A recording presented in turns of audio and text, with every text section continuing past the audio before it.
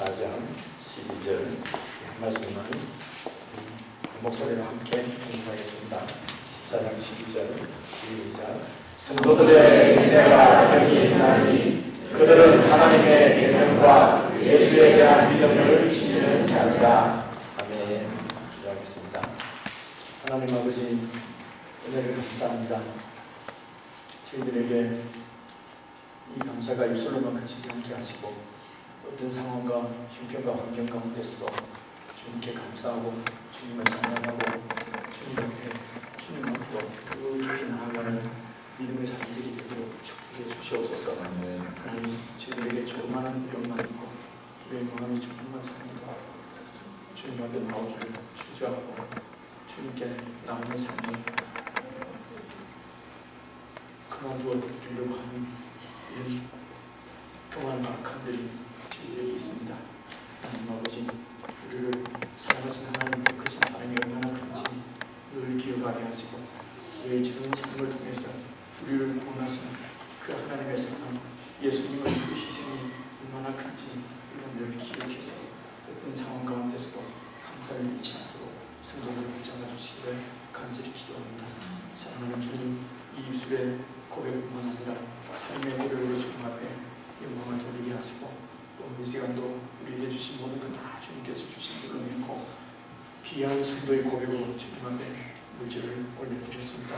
사랑하는 주님, 바치는 손길을 기억해 주셔서 그 손길이 더욱더 주님께 감사하는 손길이 되게 해주시고 행하는 모든 일 가운데 하나님의 영광이 드러나게 하시며 결정하는 모든 일들, 수행하는 모든 일들이 주님의 증인으로서의 삶이 되도록 하나님 은혜를 베풀어 주시고 그 심령 가운데 깨달음을 주셔서 이것이 정말 주께 영광이 되어지는지, 주님 나라를 세우는 일이며 주님의 증인으로서 살아가는 삶인지 순간순간 기억을 할 수 있도록 하나님 총명함과 지혜를 더해 주시기를 간절히 기도합니다.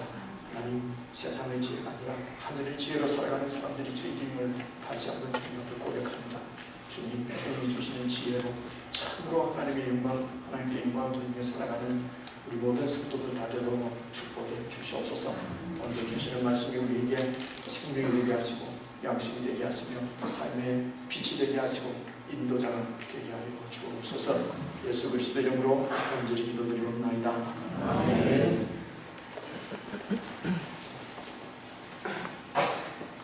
오늘 14장 계시록 14장 말씀을 묵상 상고하는 시간을 갖습니다.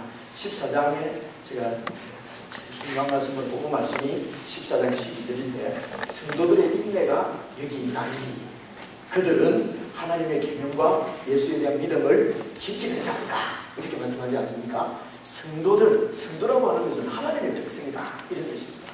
그러니까 성도는 하나님의 백성인데, 하나님의 백성이라고 하는 말은 하나님 앞에서 살아가는 사람들이에요. 이 세상에 살지만은 하나님 앞에서 살아가는 사람들을 성도라고 얘기합니다. 저와 여러분들은 하나님 앞에서 살아가는 사람, 하나님이 참 하나님이시고 하나님만이 참 신이심으로 황제를 하나님이라고 할 수 없고 황제를 신으로 섬길 수가 없고 황제를 신으로 경배할 수가 없는 사람들, 이 사람들이 성도들이었어요. 그래서 이 세상 가운데서는 고난을 받고 박해를 받고 있는 1세기 말의 성도들, 그들에게 주신 그리스도의 메시지가 바로 이 요한계시록입니다. 사랑하는 성도 여러분, 누가 고난받는 것 좋아하겠습니까? 누가 고통받는 것 좋아하겠습니까? 적당하게 조금만 타협하면서 그렇게 살면은 손해보지 않고, 그래서 정말 적당하게 이득을 취하면서 이렇게 사는 것을 세상에서는 현명하다고 얘기하지 않습니까? 지혜 있다고 말하지 않습니까? 그러나 성도는 살아계신 하나님 앞에서 살아가는 사람들이 하나님이 다 보고 계세요. 하나님이 다 알고 계세요. 그래서 성도들은 그렇게 살 수가 없었어. 모든 사람들이 다 가는 편하고 넓은 길로 갈 수가 없었어. 그 길을 버리고 외롭고 힘들지만 고난이 있지만 그 가운데서도 인내하면서 하나님의 계명과 예수님에 대한 믿음을 지키는 자들, 그들이 바로 성도들, 교회인 것입니다. 하나님의 뜻을 행하고 그리스도의 증인으로서 사는 삶, 이것이 바로 성도들의 삶이고 이 삶에는 인내가 필요한 것입니다. 그러므로 이 인내를 성도의 영적인 전쟁이다 이렇게 얘기하는 것입니다. 여러분, 우리가 영적 전쟁이라고 하는 것은, 전투는 세상은 힘을 길러서 힘을 많이 가진 자가 이기는 것입니다. 그러나 성도의 영적 전쟁은 하나님의 뜻과 예수님의 증인의 삶을 통하여서, 그리스도의 증인의 삶을 통하여서 이기는 것이 바로 성도의 영적인 전쟁입니다. 그래서 이 믿음을 지키고 인내하면서 믿음을 지키는 것, 이것이 바로 그리스도인의 승리다 말씀하는 것입니다. 지난주일 말씀 다시 한번 기억해 보겠습니다. 13장 10절 말씀을 보니까 제가 찾아왔는데요. 사로잡히는 자는 사로잡혀 갈 것이요 칼에 죽을 자는 마땅히 칼에 죽을 것이니 성도들의 인내와 믿음이 여기 있느니라. 여러분, 무슨 말씀이 있습니까?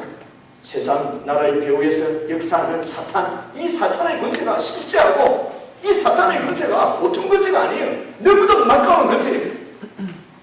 그래서 세상적인 시각으로는 사로잡혀가고 칼에 맞아 죽고, 죽지 않으려고, 사로잡혀가지 않으려고 믿음을 저버리고 그리스도의 증인의 삶을 포기하는 것, 이것이 바로 전쟁에서 지는 것입니다. 그러므로 이 전쟁은 말씀드린 대로 세상 나라가 사용하는 세상의 힘을 길러서 이기는 것이 아니라 그리스도의 증인으로서 살아가다가 사로잡혀가고 죽더라도 그 믿음을 지키는 것. 그래서 13장 4절 8절 두 말씀을 제가 찾아왔는데요. 지난주에 본 말씀입니다. 용이 짐승에게 권세를 주므로, 이 용이 세상의 임금 사탄이라고 말씀드렸습니다. 짐승에게 권세를 주므로 그 당시에는 로마 황제였습니다. 이 세상에게 권세를 주므로 온 땅이 용에게 경배하고 짐승에게 경배하고, 뭐라고 얘기합니까? 누가 이 짐승과 같을 수 있느냐? 누가 능히 이 짐승을 이길 수가 있느냐? 8절입니다. 죽임을 당한 어린 양의 생명책에 창세 이후로 이름이 기록되지 못한 이 땅에 사는 자들, 하나님의 백성이 아닌 자들, 교회 밖에 있는 사람들, 세상 나라에 속한 사람들, 그들은 다 그 짐승에게 경배하리라. 경배할 수밖에 없는 것입니다. 온 세상이 다 짐승을 경배합니다. 세상 사람들은 이 세상의 힘을, 세상의 파워를 거역할 수가 없는 것입니다. 왜 그렇습니까? 13장 16절 17절을 제가 찾아왔는데요. 그가, 이 짐승이, 이 사탄이 모든 자, 곧 작은 자나 큰 자나, 큰 부자나 가난한 자나 자유인이나 종들에게 그 오른손에나 이마에 이 짐승의 표를 받게 하고, 17절입니다. 누구든지 이 표를 가진 자 외에는 이 표를 받지 않으면 매매를 못하게 하니 이 표는 곧 짐승의 이름이니 그 이름일수다. 이 짐승이 이마에 짐승의 표를 딱 받게 하는 것입니다. 이 짐승의 표를 받지 않으면 이 세상에서 살아갈 수가 없는 것입니다. 그러므로 이 짐승의 권세에 굴복할 수밖에 없는 것입니다. 당시의 짐승은 로마라고 말씀드렸습니다. 문제는 이 로마가 그리스도를 대적하고 있다는 것입니다. 그리스도를 섬기지 말고 로마를 섬길 것을 요구하고 있다는 것입니다. 그래서 이 권세가, 이 짐승의 권세가 너무도 크기 때문에 온 세상은 그 힘 앞에 굴복할 수밖에 없는데, 굴복지 않는 존재들이 있으니 그가 바로 교회인 것입니다. 그러므로 이 교회는 이 세상에서 고난이 있을 수밖에 없는 것입니다. 고난을 당하는 교회의 모습이 바로 교회의 본질적인 모습입니다.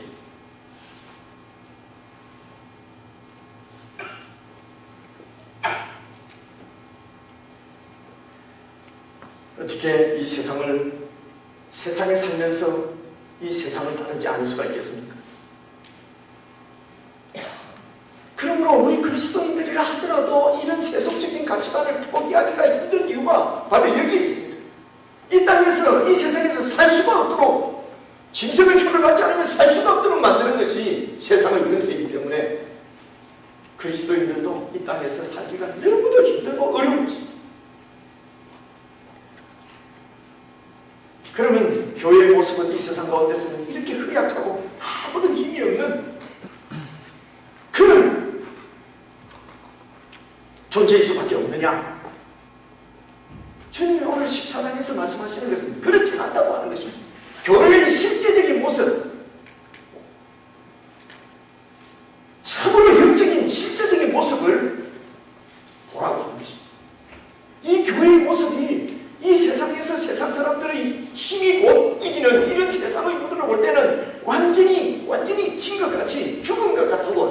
수가 있지 않습니까? 그러나 실제의 모습은 14장 1절입니다. 오늘 말씀을 딱 보니까 또 내가 보니 이런 세상의 권세 앞에 온 세상인들 온 땅이 다 세상 앞에 무릎을 꿇었는데, 그런데 내가 딱 보니 보라 어린 양이 시온산에 섰고 그 어린 양과 함께 14만 4천이 서 있는데 그들의 이마에는 어린 양의 이름과 그 아버지의 이름을 쓴 것이 있더라. 여러분 여기 14만 4천이 또 나오잖아요. 이제 14만 4천이 누군지 알겠잖아요. 바로 여러분들을 얘기하는 것입니다. 저를 얘기하는 것입니다. 그 당시 교회를 말씀하는 것입니다. 14만 4천 12 곱하기 12 곱하기 1000입니다. 이것이 왜 교회를 상징하느냐, 이 설명한다고 시간을 보내고 싶지가 않습니다. 교회입니다. 이 14만 4천명, 이 교회가 세상과 다른 점이 뭡니까? 세상 사람들과 대비되는 다른 점이 무엇입니까? 이마에 어린 양의 이름, 그리고 하나님 아버지의 이름이 새겨져 있다고 하는 것입니다.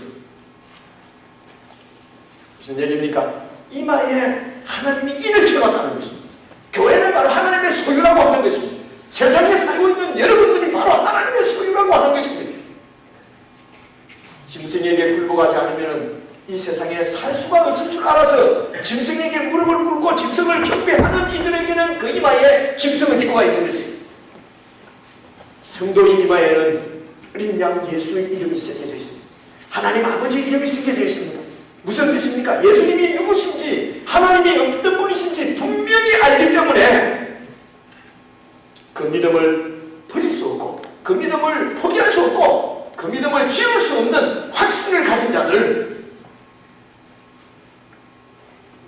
세상에 좋은 것 때문에 믿음을 포기할 수 없는 사람들, 세상에서 손해보지 않게 하기 위해서 정인의 삶을 포기할 수 없는 사람들, 그래서 세상에 무릎을 꿇을 수도 없고 믿음의 증인으로서 살아가는 정비자의 삶을 포기할 수 없는, 그래서 그리스도의 증인으로 살아갈 수밖에 없는 사람들, 그 사람들이 바로 성도들이라고 하는 것입니다. 이 14만 4천 성도가 오늘 말씀을 보니까 시온산에 섰다고 말씀합니다. 시온산에 어린 양과 함께 서 있다. 여러분, 시온산은 무엇입니까? 시온산은 구약시대 때에 성전이 세워진 산이 시온산이에요. 그런데 지금 이 성경이 기록되는 이 당시에는 그 구약시대 때에 세워진 성전은 없습니다. 그러므로 이 시온산은 성전이 있는 곳을, 성전을 상징하는 것이 아니라 이 시온산은 성전이 세워진 산인데 하나님이 계신 곳이라는 것이에요. 하나님의 통치의 보좌가 있는 곳이라는 뜻이에요. 하나님께서 다스리는 하나님의 백성들이 있는 곳이라는 얘기예요. 그러므로 묵시문학에서는 이 시온산도 교회를 얘기하는 것입니다. 교회를 표현할 때 시온산이라고 했습니다. 이 교회 위에, 이 교회에 어린 양이 서 계신다는 것입니다. 어린 양은 예수 그리스도십니다. 교회의 주인이십니다. 자기 피로서 구속한 백성들을 불러서 교회로 삼으신 교회의 왕이 바로 이 예수 그리스도 어린 양입니다. 주님께서 자기 백성들을 붙들고 계시다고 하는 표현이 바로 이 어린 양이 시온산에 서 계시다고 하는 표현이에요. 로마 황제의 무슨 핍박 가운데서도 믿음을 지키는 성도들을 주님께서 붙들고 계신다고 하는 것입니다. 사랑하는 성도 여러분, 머리를 잘못 숙이면 주인이 바꿔집니다. 돈에 머리 숙이면 돈이 주인이 되고 여러분은 종이 됩니다. 명예 때문에 머리를 숙이게 되면 명예가 주인이 되어버립니다. 명예를 얻으려고 사람이 머리가 되어버리고 우리는 그 종이 되어버리는 것입니다. 그리스도의 주되심을 증거하는 사람들, 그리스도께서 왕이신 것을 증거하는 그 사명을 받은 사람들, 저와 여러분, 교회는 주님 위에 바른 것을 숨길 수가 없는 사람들입니다. 그 사람들을 주님께서 붙잡고 계시고 이마에 인을 쳐서 주님이 다 알고 계시고 여러분들을 보호하시는 줄 믿으시길 바랍니다. 그러므로 세상에 굴복하지 말라고 하는 것입니다. 세상 때문에 세상 가치관을 따라가기 위해서, 세속 가치관을 따라가기 위해서 그리스도의 이 구원의 가치를 포기하지 말라고 하는 말씀입니다. 그래서 이런 성도들의 특징, 이 성도들의 특징이 바로 주님의 피로 구원받은 이 하나님의 백성들, 이 성도들, 교회의 특징은 무엇이냐? 그것을 14장 제 2절은 빼고 3절을 찾아왔는데 3절에 이 그리스도